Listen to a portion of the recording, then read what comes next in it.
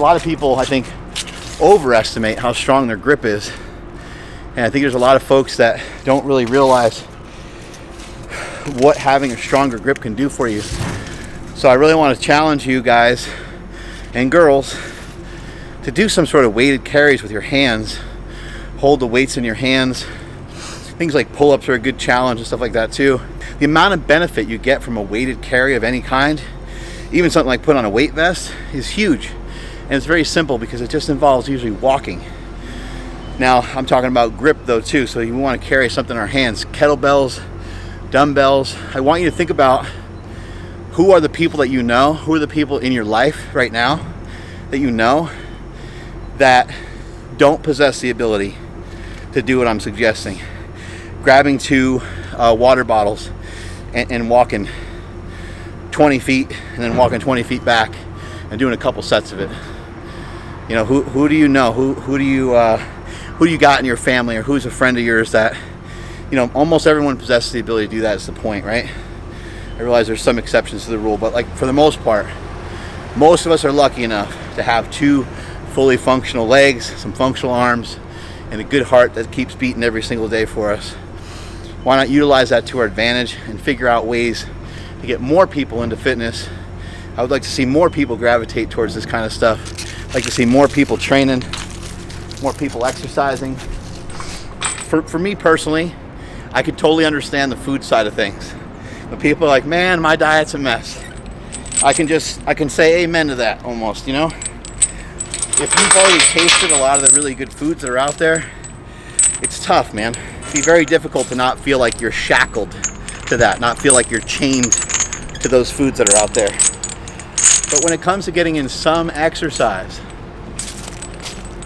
I think that most of us can agree that millions upon millions of us more can start to engage in some form of fitness. There's lots of different versions of this, right? This isn't the only version of it. Being a meathead and working out the way that I do. I would love for you guys to take it upon yourselves to deliver a message to your family, especially here at Christmas, right? Don't give them unsolicited information. Only help those that are asking for it. So if it pops up, remember this message today. If anything about fitness, anybody says, I'm fucking sick and tired of being fat, I can't seem to fix my diet, that's your time. That's your time to shine and say, hey, can you walk? Okay, I would love for you to do 2 10-minute walks. See if you can put together a streak of doing that for 10 days or for a whole month. 2 10-minute walks for a whole month. And they're gonna say, well, you know, it's been pretty cold outside lately. You could say, hey, well, you have access to a treadmill or a recumbent bike or something that you could do for 10 minutes? Could you do walking lunges in your house for 10 minutes? Or maybe for a couple of minutes? Trade that off with some squats. I'm sure you could. We got a lot of work to do is my point. We're losing. I think everybody in fitness thinks we're winning, and they think they're winning, but we're not. We're losing. We're losing millions of Americans. People like my mother, who I lost about 1.5 years ago, to heart disease, diabetes, fatty liver disease, all kinds of things that are actually quite manageable by eating better, just having a better metabolism. So we need to encourage more folks to get moving. And this guy over here leaning up against the post on the phone, he's probably thinking, that motherfucker over there is crazy. What's that guy doing walking with those chains around his neck? It's right where we want to be. You've heard David Goggins talk about it before. If people don't think you're crazy, you're probably not doing it right. There's a difference between passion and obsession.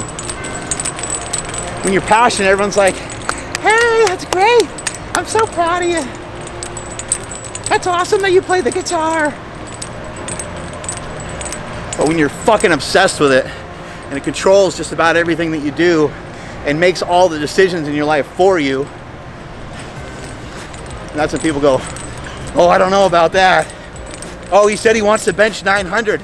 He just benched 854. He already looks extremely unhealthy. He's super red when he gets up from the bench. What's his life gonna be 10 years from now? What's his life gonna be 20 years from now? Is he not thinking of his future? He wants to squat 1,000 pounds? What, are you fucking crazy? Fuck, man, the guy wants to get leaner and he's already in great shape. Jesus Christ. That's fucking unreal. You're gonna hurt yourself doing that. Take a good look at those people. You ever check out those motherfuckers on Instagram that are hating on you? You ever click on their shit and check them out? They're nothing. They're nobodies. And they're doing a whole lot of nothing. They ain't accomplishing shit. Today, by the way, is a free day. It's my motherfucking birthday. So I'm gonna be spitting this kind of shit at you all day today. I don't give a fuck what you think. I get at least one free day to say whatever I want, right? Let me tell you something about Biden. I'm just kidding. Let me tell you something about, never mind. We'll keep it real and we'll keep it with lifting some weights, moving shit around, and the shit that I'm really obsessed with. My neck right now pretty much feels like it's broken. This is not a good feeling. But when I'm done, I think it'll be a good, well, I guess there's a possibility I end up in the hospital. Hey, it's what I like to do. So if I take myself out with it, then so be it. Time for some unloading. Shoot. Take the big one. Shoot. This guy. Shoot.